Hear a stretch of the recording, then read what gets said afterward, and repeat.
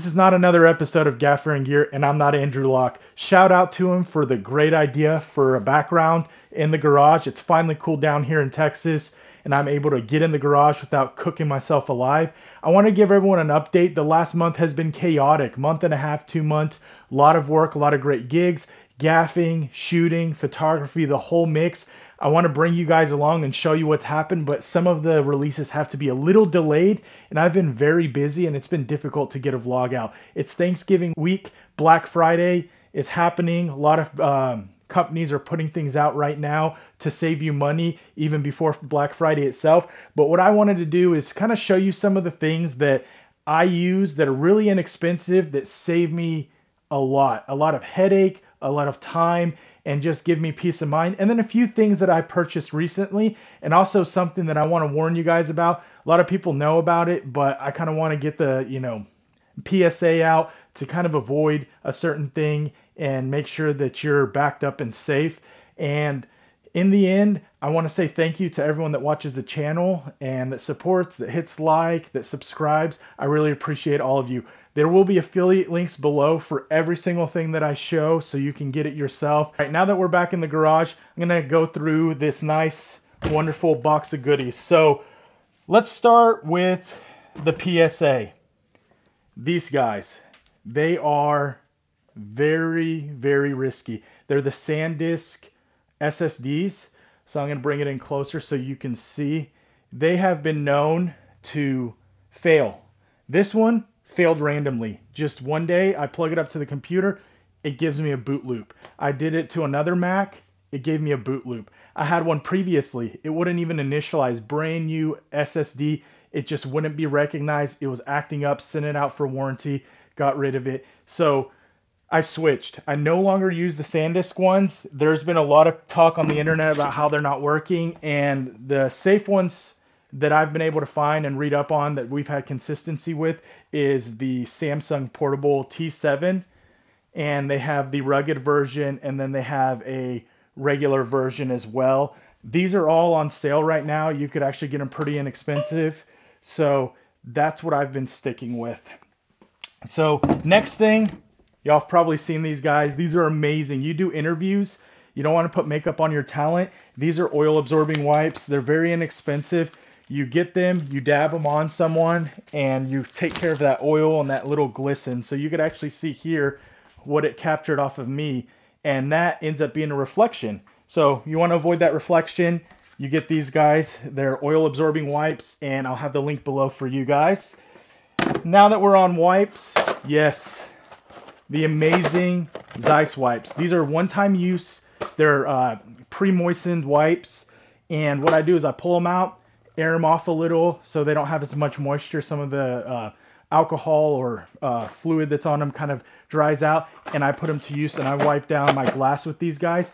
I hate using a microfiber that's been out in the elements. It's like picking up a rag out of my garage and saying, hey guys, let's use this on the lens. I've been carrying this around my whole career, and we're gonna just rub your lens with it, and hopefully it doesn't scratch. Once you open up a microfiber and use it once, it collects that dust, and it collects that sand and whatever it is, that foreign matter, and it's just going to transfer it to the next thing, the next thing, and the next thing. I don't trust them. So I get these guys. They're individual. Pop them out, tear them open, and use them up, and they're amazing. So I'm going to show you guys. Whoop, making a mess here. It's the garage. I'll have to clean it up anyway. It's my world and my mess. Here it is. It's a clean wipe. Not dirty at all, and it's safe to use. So I get it, let it dry off a little, and then I go and clean off my glass. So I'm going to actually give this guy a clean, and it's ready to go. And I feel more comfortable with this. After I'm done using it, I throw it away. I'm done with it. So it's that simple. One and done. Another thing that has been amazing is, show you two things.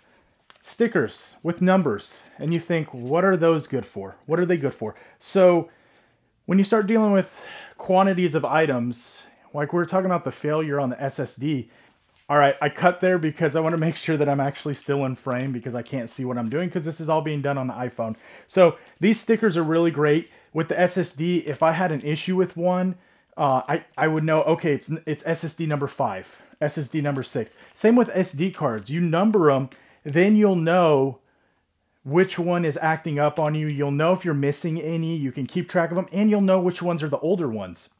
So these numbers, they come in a little pack. You get hundreds of them, and they go up to 50.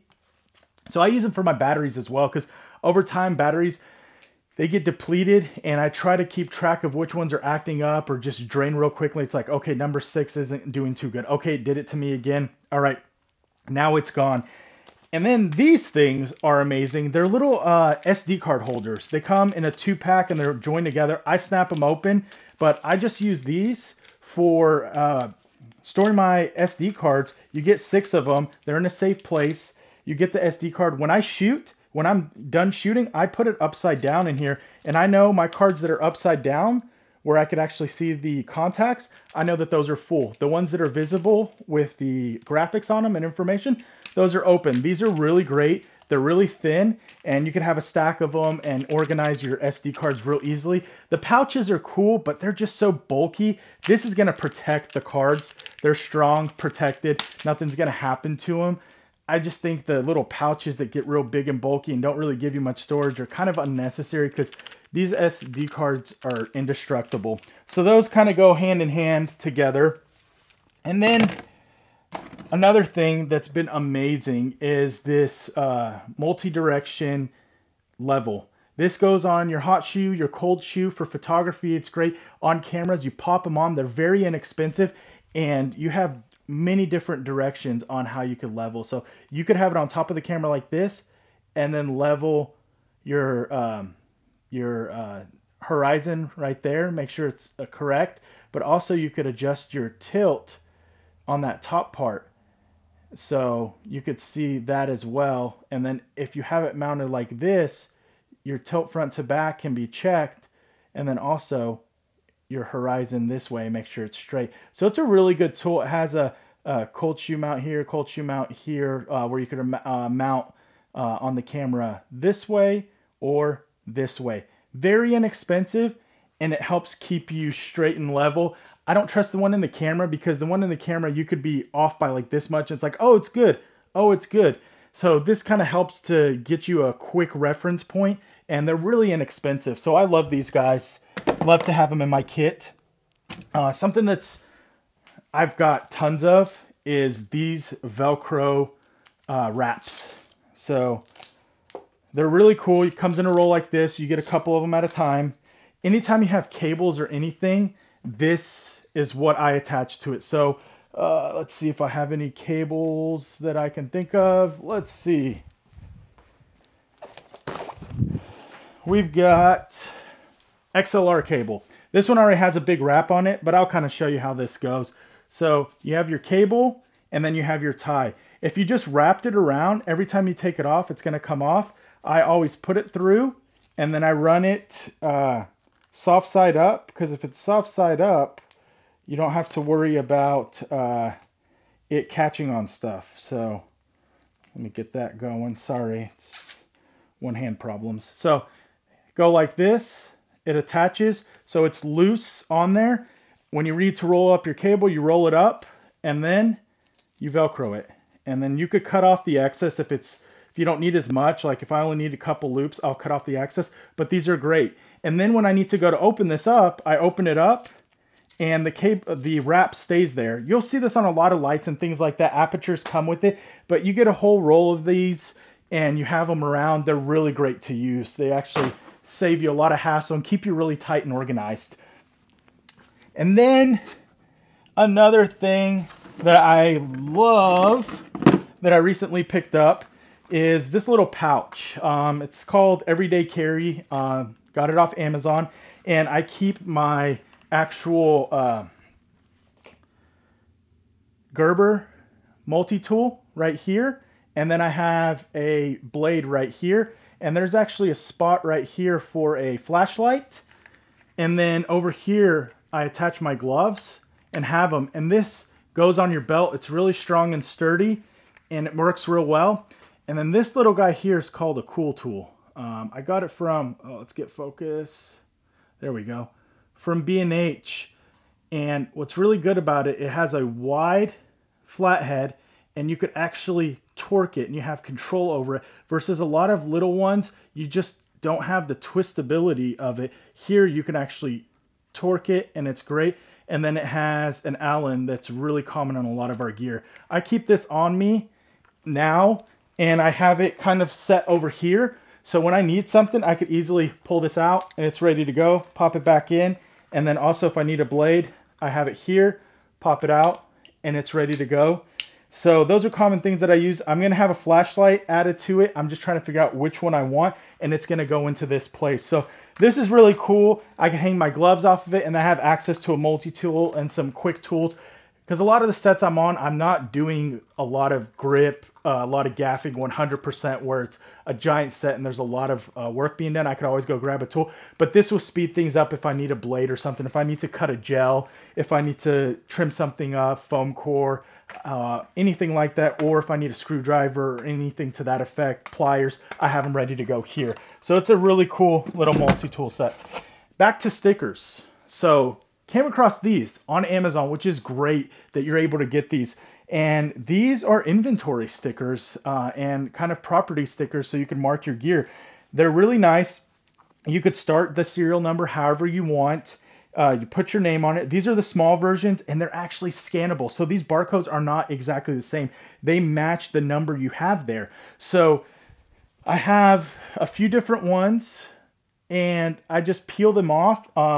I also have silver ones on some of my other gear. So you can see it here. I have silver ones that actually have a phone number and says, please call if found or call if found. They're really nice. These are my thinner ones that work on smaller items, but oh, I dropped it. But you can actually customize them on Amazon and they'll send them out to you ready to go. And it's been really nice to have these because I'm able to, when I purchase gear or get something, I'm able to mark it immediately. Like I have MCs right here. Every single one of them is marked. It has my name on it, my company name, and I'm able to track it and, you know, see what I have my inventory, have it connected. Also, people know it's my gear because it has my name, my company name, and a phone number on it. So stuff doesn't get mixed up. So those are really great to have. And then another thing is these cheap little phone holders. They're very inexpensive. They're lightweight. They're plastic. I used it for my 15 build, so my iPhone 15, it's actually shooting right now, and I was able to stick different things on it and just have a little handheld item like this.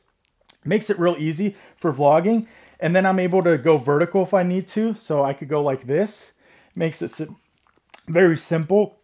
And then I'm also able to set it up on a surface, flat surface, and be able to just let it sit there. I could tilt the direction. So these are really great. This is a really cool one that I found that's really inexpensive. Has a cool little head. It has a nice little adjustment.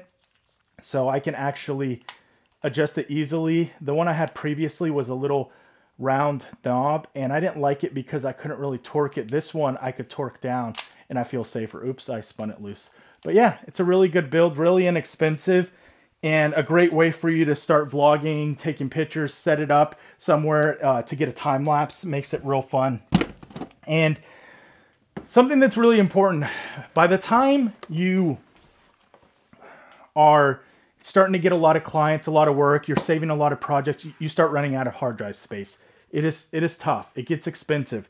These aren't the fastest or best drives, but the reason I like them and I utilize them is they're inexpensive, but also these are the Western Digital Elements. I get the 8 terabyte ones. They do really well.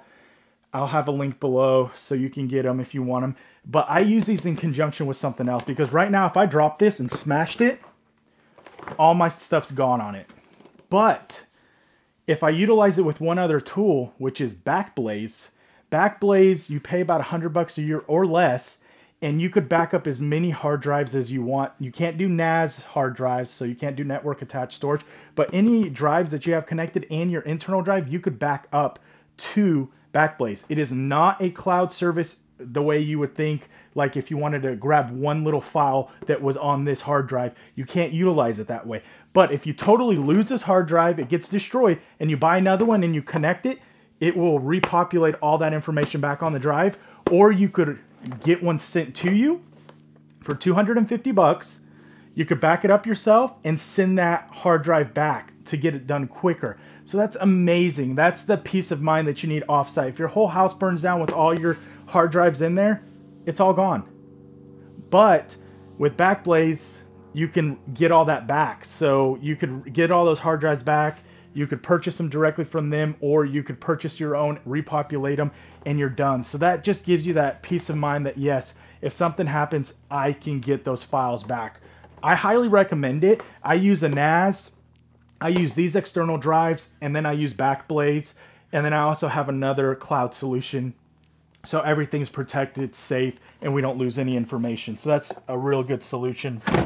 So another thing I purchased this recently, the last time Aperture had a sale, not during this Black Friday, but previous one, which they have the same deal now, so it's worth getting, is tubes. I got their tube lights.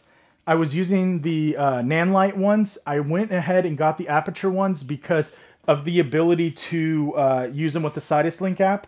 And mounting these is so great because they have 3 mounting points. They also have 3 mounting points on their bigger ones. And what's really great about this special mounting piece of grip equipment, this little baby pin to 3/8 RE locating, what's really cool is you can mount it right on. So I'm going to attach that right now. It locks in and it doesn't spin loose. So it is attached so well and does such a great job at holding the light that I feel safe and that it's secure. Now, on top of that, what's cool is with these extra pin mounting locations, you could actually attach a safety cable to these. So if something was to happen, if this slipped out and fell, it would be game over. So these are really great. I have this connected now. And these lights are nice. They give off a good soft light. But one little trick that's happened recently is a lot of people have been using these in conjunction with something. So I'm going to show you what that is. So I'm going to mount a different one up and show you what people have been using. And it's crazy. Great idea. I don't know where it originated from because I've seen it in multiple locations, but it is such a great idea. So I'm going to mount this here. Great. And what it is a pool noodle. It's great. So you could actually get more diffusion out of it with this pool noodle. So I'm going to attach this here. This is the 4-foot. And this is so great. It's so lightweight when you don't have the battery attached. But even if you had the battery attached, it would counterbalance real heavy here. So you have this. And then I'm going to attach the battery, which I have over here. And I'm going to extend this out so I can actually clear the battery. So I'll take this, attach it, and we'll see how amazing and soft it looks. All right, we're plugged up and we're on.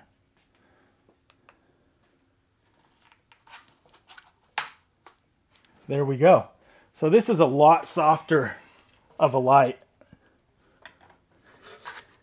If you can tell, if you look at that, it is really soft the way it's hitting. It looks really good. You could just look at it right now. And then what I'm going to do is I'm going to remove the pool noodle and show you the difference. So if you look here, and then you look here. So this is really cool.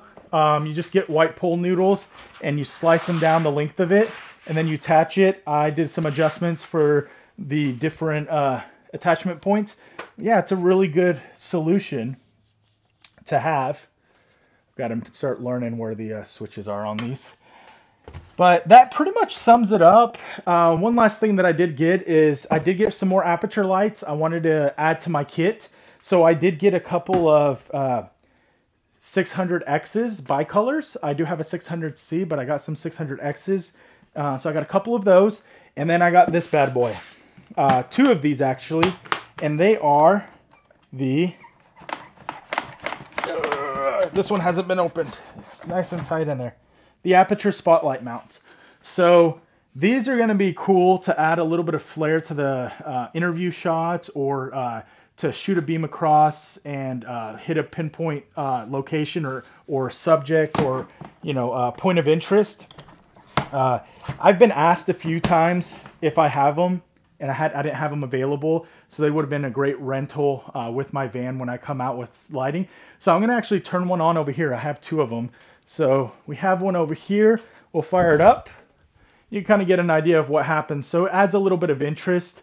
Right now it's going to create a weird shadow because of where it's at. You don't want it obviously hitting your subject and then creating the effect. But if we move it off to the side where it won't hit me, you can see how it can create a cool dapple effect in the background. You could also create slashes, so that's really cool. So I'll be able to pull that gobo out and then create a slash of light. And right there, we're kind of making a weird shape. Go there, and we can make a slash of light right there. So you can get really creative with it and have a lot of fun. And the possibilities are pretty much endless when you do these. You have a lot of fun. These are called gobos. They're little sharp, be careful with them, little pieces of metal, and they're round, and they'll give you a shape for the light to cut through. And then you could focus it in or out when you're using it to give you an effect, or you could just cut your light with these points. And the lens moves forward and backward, so you can make it as sharp as you want, or you could soften it up a little. So even the line that's there right now, you can tell that it's not perfectly sharp, and now it's sharp. Soft, sharp. You could make it the way you want it, and it ends up looking really good. Now, if I wanted to light up just one of those points, I can actually go right there,